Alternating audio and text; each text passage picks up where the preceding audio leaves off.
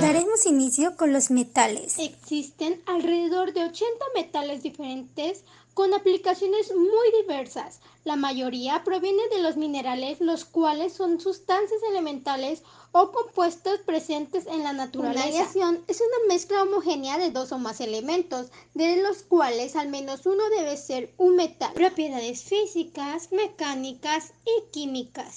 El brillo es la propiedad física debido a la luz que se refleja. La dureza es la oposición de la superficie de los metales a alteraciones físicas como la penetración, la abrasión y el rayado. La maleabilidad, quiere decir que al comprimirlos se pueden deformar sin romperse, conservando su resistencia, así formar láminas o planchas. Ductividad, se pueden estirar para transformarlos en alambres o hilos, conservando su resistencia. Tenacidad, es la capacidad que tienen los metales para resistir en mayor o menor medida a los esfuerzos que se hacen para romperlos. Fusibilidad.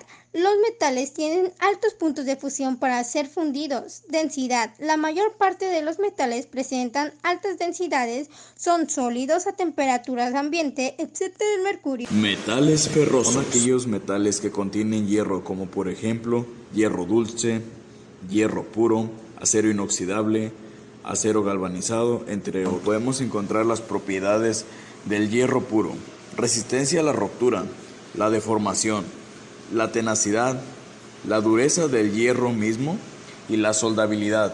Los ferrosos son todos los metales y aleaciones que no tienen en su composición química hierro. Se incluyen aluminio, cobre, magnesio, níquel, titanio, zinc, plomo y estaño, entre otros. Estos se clasifican en tres formas: pesado, su densidad es igual o mayor de 5 gramos por centímetro cúbico. Ligero, su densidad está comprendida entre 2 y 5 gramos por centímetro cúbico.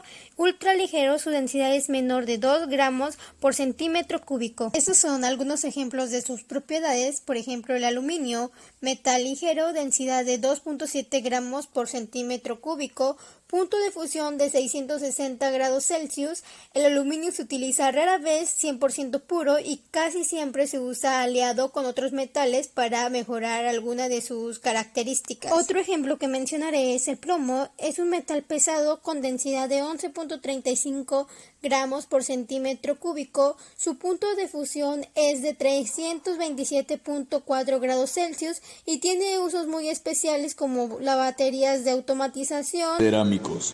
Podemos encontrar distintos tipos de cerámico, como ladrillo, tejas, pavimento, azulejos, lavabos, pero todos bajo una norma mexicana. Propiedades de la cerámica: baja conductividad eléctrica y térmica, resistencia a las altas temperaturas, gran resistencia mecánica, al rozamiento y al desgaste, gran estabilidad química y resistencia a la corrosión. Los cerámicos son compuestos inorgánicos formados por elementos metálicos y no metálicos cuyos enlaces interatómicos pueden ser de carácter totalmente iónico. Cerámicos cristalinos. Son cristalinos cuando están construidos por átomos perfectamente ordenados en el espacio. Se clasifican en tres: óxido de silicio, óxido de silicatos, sin óxidos. Las cerámicas de silicato, cuya unidad fundamental es el óxido de silicio, incluyen por ejemplo la porcelana y los materiales refractarios. Los cerámicos de óxido sin silicato son compuestos a los que se les agrega impurezas como el óxido de aluminio, óxido de magnesio y óxido de berilio.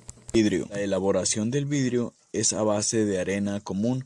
Necesita ser expuesto a una temperatura extremadamente alta, que vendría siendo 1600 centígrados. Las propiedades del vidrio, que vendrían siendo densidad, dureza, resistencia a la compresión, módulo de elasticidad y resistencia a la flexión. Mexicana para la elaboración del vidrio: NOM-106-SCFI-2000.